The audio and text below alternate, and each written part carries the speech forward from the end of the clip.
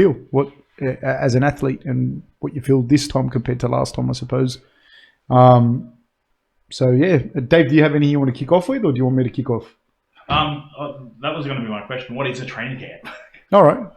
Well, I guess broadly, a training camp is a fighter gets a fight locked in, so like a set date, and then the camp is usually a period where they focus their training. It's usually generally seen as more intense, harder, so that you get fitter, stronger, smarter, all the way up into the fight, so that you come into your peak form come fight time. I have a question for you. How long do you get the bout agreements? Like how much time do you have? It really is it depends. It depends. There are a lot of factors involved with when you get a fight agreement, like what sort of fights are happening and things like that. And the factors that play a big role in it is like where you are in the rankings, who you're waiting for, or how your opponents are going. Like when I fought Jacare then Romero, I fought Jacare and then it was something like 6 weeks after it, I fought Romero straight after. And the thing is, like, we weren't given a huge notice, but we took the fight because it was for the interim belt. We had to do it. It was a time to do it.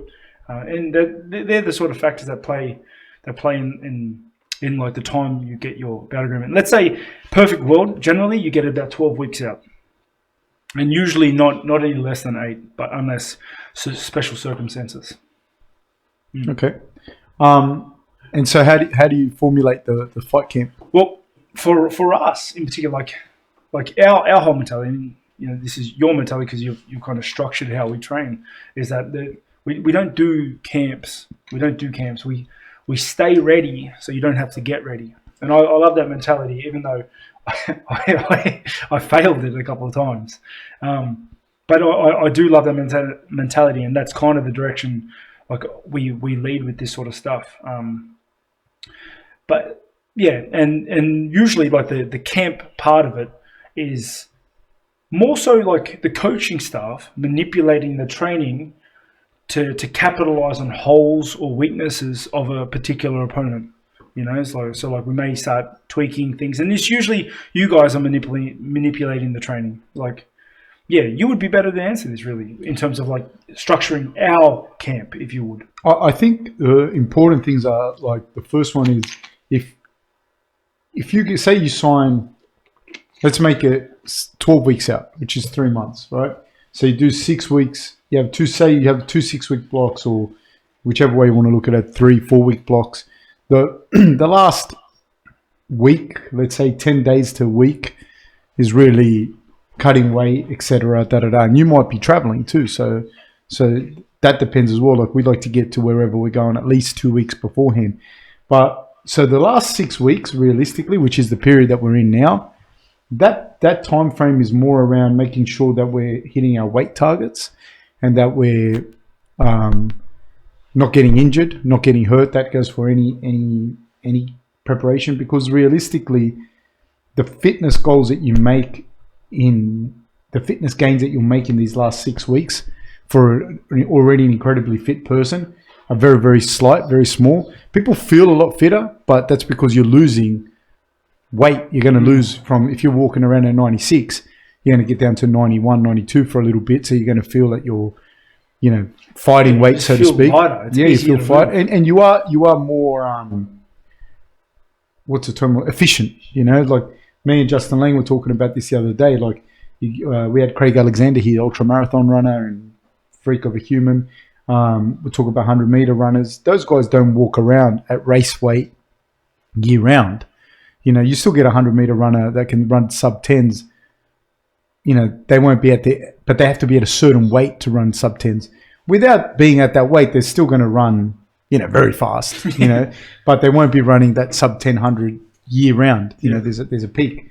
But those last 6 weeks, the effects of VO2 max and all that are reasonably small. So if you're not ready by those 6 weeks, those last 6 weeks, I think, is more about applying the tactics, and this is us. The other people are going to say, no, it's bullshit. I think, well, cool. For us, more applying your tactics, getting yourself ready, understanding how you need to attack, et cetera, et cetera. So and we can afford to do that because prior to that, the whole year you've been in shape. You've been competing in wrestling, competing in jiu-jitsu. And that's the only way to stay ready so that you can have a longevity in the sport. You can have good performances. Yeah. So with that, what are you saying is that 6 week period is more The last 6 weeks? The last 6 weeks, is it purely strategy? No, it's not purely strategy. But It's a lot of strategy, a lot of tactics, like small technical tweaks, and more importantly, sustaining your fitness and all that you've built up beforehand. I think another thing is like say, to take Israel Adesanya now, for instance.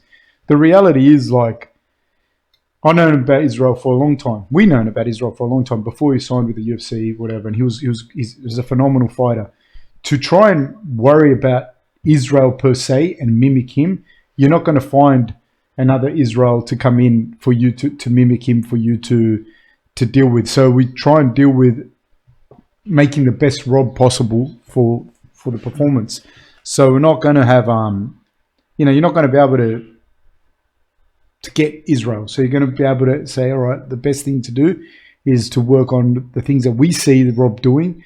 What can he do against Israel? What are his best weapons? How are we going to make a situation where he's going to be able to put those best weapons forward? Yeah, that's kind of how we've always approached fights, eh? Yeah. It's like...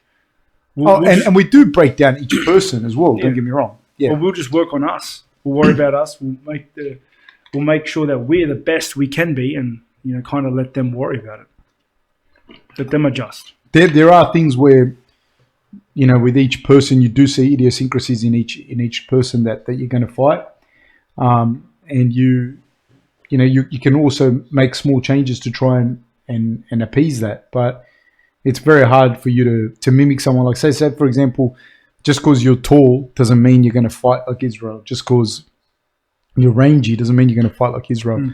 Doesn't mean you're going to have that game. Or in honesty, it's the mindset that he's going to have and the mindset you're going to have going into the night. It's very different to a sparring session as well. So you can get in, some tall guys and everything. That's very, anyone can sort of work that out. If you can get some tall guys in, great.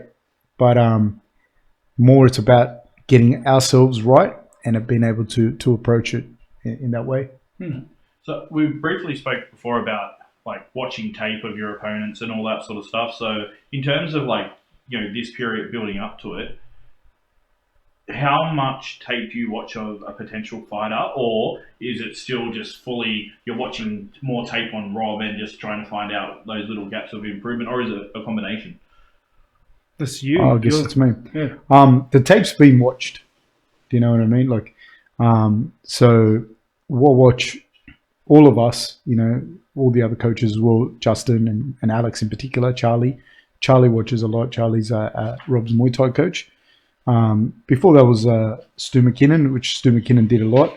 There's also, what generally happens is we'll watch a lot of different fights of both, in this case, Israel and Rob, and start to look at different things that you see. We'd speak with all the other coaches and we start to break down, like I said, idiosyncrasies that could have happened. But by this stage now, I'll still look at videos and that, I'll still look at tape, but we've kind of formulated what we want, and now we're just making sure that we're going over that game plan.